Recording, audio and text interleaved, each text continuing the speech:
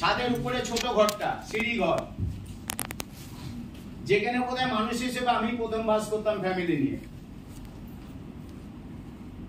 পরিস্থিতিটা বুঝতে পারছেন? হ্যালো, তো ন্যাচারালি যদি ভেস্টিজ করতে গিয়ে বা ডাইরেক্ট সেলিং করতে গিয়ে পয়সা লাগতো, তাহলে আমি এন্ট্রি নিতে পারতাম না ভেস্টিজে। স্বপ্ন অনেক ছিল, বড় বড় স্বপ্ন ছিল যে আমাকে রোজগার করতে হবে। আমি একটা জিনিস বুঝেছিলাম, বেঁচে থাকতে গেলে টাকা লাগবে, কারণ অনেক ছোটবেলা থেকে আমি ওটা ফেস করে এসেছি। আর ছোটবেলা বাবা মারা গেছে, 4 ভাই আমরা, মায়ের করুণ অবস্থা বুঝতেই পারছেন।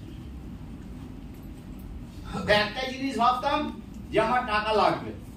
হ্যাঁ, একটা জিনিস আমার বুদ্ধি মানে উপরওয়ালা আমাকে আশীর্বাদ দিয়েছিল, অসৎ পথে নয়।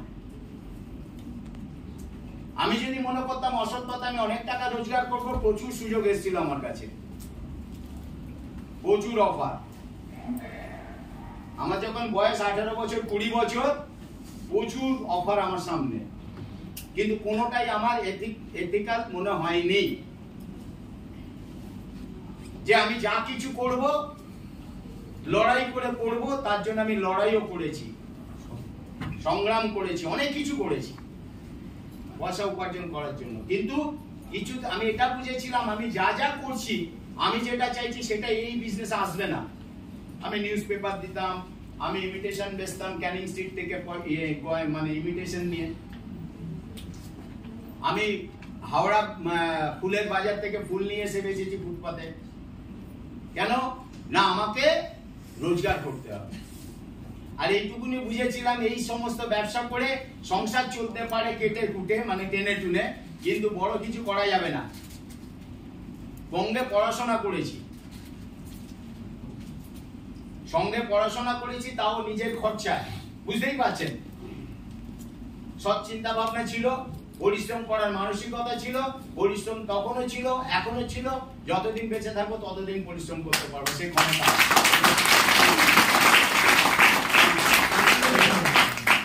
তো এই বিজনেসটা আমাকে খুব অল্প সময়ের মধ্যে লক্ষ টাকা, যে টার্গেট আমার ছিল লক্ষ টাকা, পৌঁছে গেছিলাম। চেয়েছিলাম 1 লাখ, এখন তার থেকে অনেক গুণ বেশি করি। আমি বিদেশে যেতে চাইনি, কারণ ওই পরিস্থিতি থেকে বিদেশে যাওয়ার স্বপ্ন আসে না। আসে? হ্যালো, আমারও আসেনি। গাড়ির স্বপ্ন আসেনি, সাইকেল চালাতাম, কারণ পেপার দিতে গেলে সাইকেল লাগে। তাও পুরনো সাইকেল 300 টাকা দিয়ে কিনেছিলাম। কোন একটা ঘরে দেখি গ্রিলের মধ্যে এরকম টাঙানো আছে চেন দিয়ে, মানে কবে ওর বাড়ির বোধহয় কেউ চালাতো, তারপর সে, হ্যাঁ কি না, থাকে না এরকম অনেকে। তা আমি ওই পুরনো, আমি জিজ্ঞেস করেছিলাম 300 টাকা, ওরা ভাবছে নিয়ে গেলে বাঁচি, হ্যাঁ কি না, আমিও ভাবলাম পেলে বাঁচি, ওটা দিয়েই চলতো। আর যে চিলেকোটা থাকতাম, ভাগ্য ভালো থাকলে এরকমই থাকে। একদিন সকালবেলা নিচে নেমে দেখছি এই সিঁড়িতে যে সাইকেলটা থাকতো, ওই সাইকেলটা নেই। হ্যালো, মানে এরকম হয়। তো সেই জায়গা থেকে আমি আপনাদের প্রত্যেককে বলবো, আজকের ভেস্টিজ, আমি বিদেশে যেতে চাইনি, আজকের কিন্তু 18 বছরে 16 বার বিদেশ গেছি।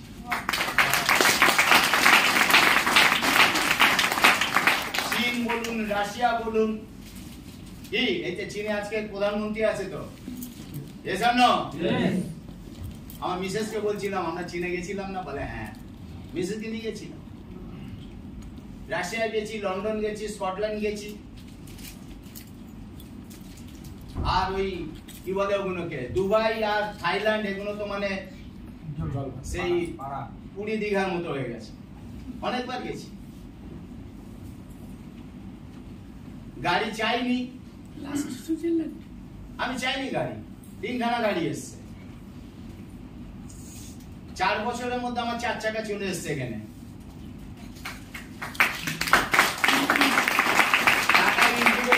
VXI মডেল 7 লাখ টাকা তখন ছিল, 2012। কার বুকে আছে, কার বুকে আছে, ছবিও আছে, যদি চান দেখো। হ্যাঁ, কার বুকে আছে, আগের কাজ আগে আছে একদম টাকা, একদম বসে ছবিটা দিবে। হ্যাঁ, বসেছি। ওকে, একটা স্টাইল দিতে হয়। যেমনি অডি দেখবেন এরকম দাঁড়িয়ে, একই না? এটা একটা yes or no? Yes! তো ওটা চলেছি 1.5 লাখ কিলোমিটার, অডি চললাম 75,000 কিলোমিটার, যেটা 1 লিটার তেল বললে 5 কিলোমিটার যায়। একটু দেখে নেবেন আপনার আশেপাশে যদি কোনো লাক্সারি কার থাকে, কিলোমিটারটা দেখবেন গাড়ি, ক বছরের গাড়ি আর কিলোমিটার কত। দম থাকা চাই 75,000 কিলোমিটার চালানো। আমি আমাকে জাহির করছি না, কিন্তু অন্যভাবে নেবেন না যে লোকটার বোধহয় ঘাম বেড়ে গেল। এটা কোনো ব্যাপার না, আমার জন্য বলছি না, পেয়েছি বলছি, হ্যাঁ না? yes or no? Yes! তারপরে আর একটা গাড়ি নিলাম, ওটা 40,000 কিলোমিটার অলরেডি চলে গেছে, নতুন গাড়ি। কারণ আমি একটা জিনিস বিশ্বাস করেছি, গাড়ির চাকা যত দৌড়বে আপনার সাকসেস তত দৌড়বে।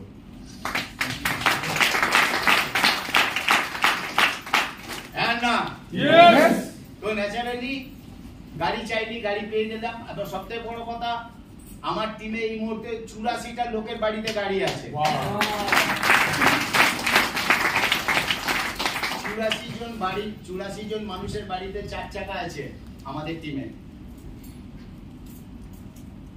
বিদেশে 16 বার গেছি, এটা যেরকম গর্ব, অন্তত 500 লোক আমার টিমের যারা বিদেশ থেকে ঘুরে এসেছে।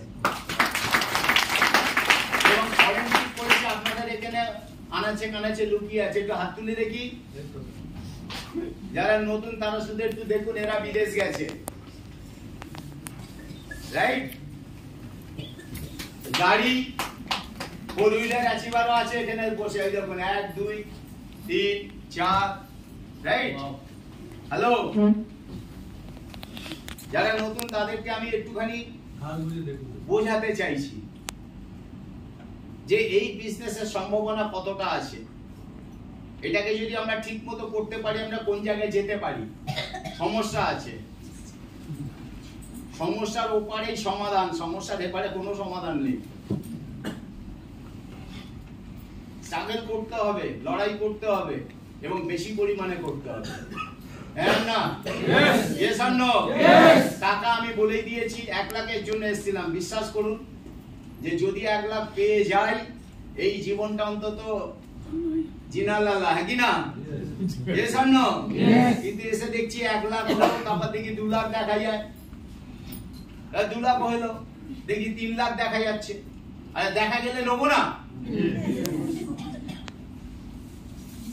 হ্যাঁ, এবার দেখি 4 লাখ দেখা যাচ্ছে। দেখা যাচ্ছে মানে কি, কিছু করলে 4 লাখ পাবে।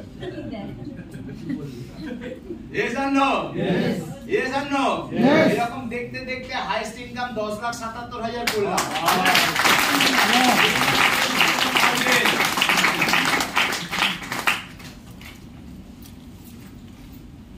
ঠিক, এইবার আপনারা বলুন, এটাই হচ্ছে ডাইরেক্ট সেলিং। এর বাইরে আমার আপনার কাছে কোথায় সুযোগ আছে এইটাকে এত কিছু পাওয়ার? থাকলে বলুন আমাকে, আমি সব ছেড়ে ছুড়ে চলে যাবো আপনার সাথে। আছে? আছে না। চাকরি করে হবে না। ছোট ব্যবসা করে হবে না। হবে না, কিন্তু ডাইরেক্ট সেলিং করলে হবে। ডাইরেক্ট সেলিং এ সম্ভব কেন না? টাইমটা মাল্টিপ্লাই হয়, আর কিছু না, একটা বিজ্ঞান। এটাই বিজ্ঞান। আপনি পার্ট টাইম করবেন, 3 ঘন্টা দেবেন, আর আপনি 10 জন লোকের সাথে গল্প করবেন, সেখান থেকে 2টো লোক বা 1টা লোক আসবে, 3 ঘন্টা দেবেন। তাহলে তার 3 আপনার 3, কত হলো? 6। আবার 10 জনকে বলবেন, 1টা লোক আসবে, তাহলে তার 3 আপনার 3 আর তার 3, কত হলো? 9। এইরকম ভাবে যদি আপনি আস্তে আস্তে করে 10টা লোককে আপনার সিস্টেমে নিয়ে আসতে পারেন, ওই 10টা লোক আপনি যেটা করছেন ওটাই করবে। আপনার যদি 10টা লোক আসে, আপনি 10টা লোক আসবে 3 ঘন্টা ইনটু 10, 30 ঘন্টা, আর আপনার 3 ঘন্টা, কত ঘন্টা? ভাবুন মজা। দিলেন 3, পেলেন 33, দিলেন তো 3, 3টা দিতে হবে। ওটা বললে হবে না যে ফাউটা দাও বাকিটা ছেড়ে দাও। হ্যালো, 1 কিলো নিলে 250 ফ্রি, বলে ভাই 1 কিলো না তুই 250 ফ্রিটা আগে দে। তো এটা ভাবার, এটা অনেকে ভাবে সবাই তো দিচ্ছে 30 ঘন্টা, তাহলে আমারটা না দিলেই হলো। এই বুদ্ধি লাগালে হবে না, কারণ সবার কাছে বুদ্ধি আছে, শুধু আপনি একা বুদ্ধিমান না। এ জানো আমরা কি একাই বুদ্ধিমান না, বুদ্ধি সকলের আছে। তো বুদ্ধিটা ভালোভাবে অ্যাপ্লাই করুন। জাস্ট 3 ঘন্টা, কারণ 3 ঘন্টা পার্ট টাইম করে বিরাট কিছু করতে পারবেন না।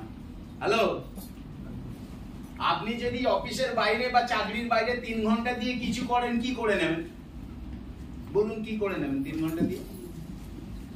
বড় জোর একটা টিউশনি করাবেন, হ্যাঁ না? বড় জোর একটু ওভারটাইম করে নেবেন, কিছু একটা করে নেবেন। কি করবেন এই 3 ঘন্টা দিয়ে? জীবনে কিছু হবে বলুন? জীবনে পরিবর্তন আসবে? তাহলে তো আরেকটা বিয়ে করতে হতো না। বিয়ে করছে তো এক্সট্রা ইনকামের জন্য, আর দুটো বিয়ে করতে পারবেন না। হ্যালো, একটা বিয়ে করলে 30,000, আর একটা বিয়ে করলে আরো 30, তাহলে কত হলো?